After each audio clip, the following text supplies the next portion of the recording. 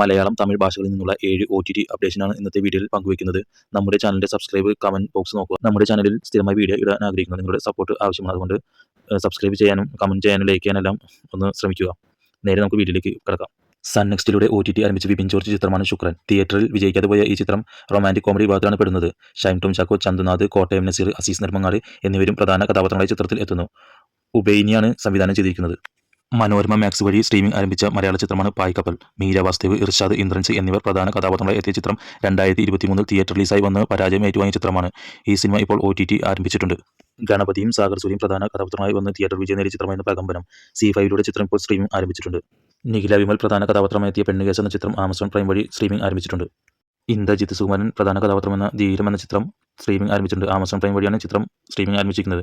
ഒരു investigation thriller വിഭാഗത്തിലാണ് ചിത്രം പെടുന്നത്. നടൻ രാജേഷ് മാധവൻ ആദ്യമായി സംവിധാനം ചെയ്ത് ഫെബ്രുവരി 13 തിയേറ്ററിൽ എത്തിയ ചിത്രമാണ് പെണ്ണും പൊറാട്ടും. നെറ്റ്ഫ്ലിക്സ് വഴി ചിത്രം ഇപ്പോൾ OTT ആരംഭിച്ചിട്ടുണ്ട്. സുട്ടു എന്ന നായാണ് പ്രധാന കഥാപാത്രമായി എത്തുന്നത്. 2 കോടിക്ക് താഴെ മാത്രമേ ചിത്രം ഫൈനൽ റണ്ണായി തിയേറ്ററിൽ നിന്നും കളക്ട് ചെയ്തുള്ളൂ.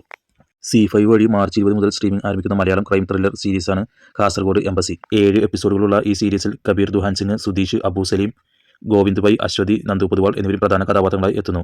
അതീഷ് M. നായരാണ് സംവിധാനം നിർവഹിച്ചിരിക്കുന്നത്. വിജയ് സേതുപതിയെ നായകനാക്കി പ്രശസ്ത സംവിധായകൻ മണികണ്ഠൻ ഒരുക്കുന്ന തമിഴ് വെബ് സീരീസാണ് കാട്ടാൻ. ജിയോ ഹോട്ട്സ്റ്റാർ വഴിയാണ് ഈ മാസം അവസാനത്തോടുകൂടി സ്ട്രീമിംഗ് ആരംഭിക്കുന്നത്.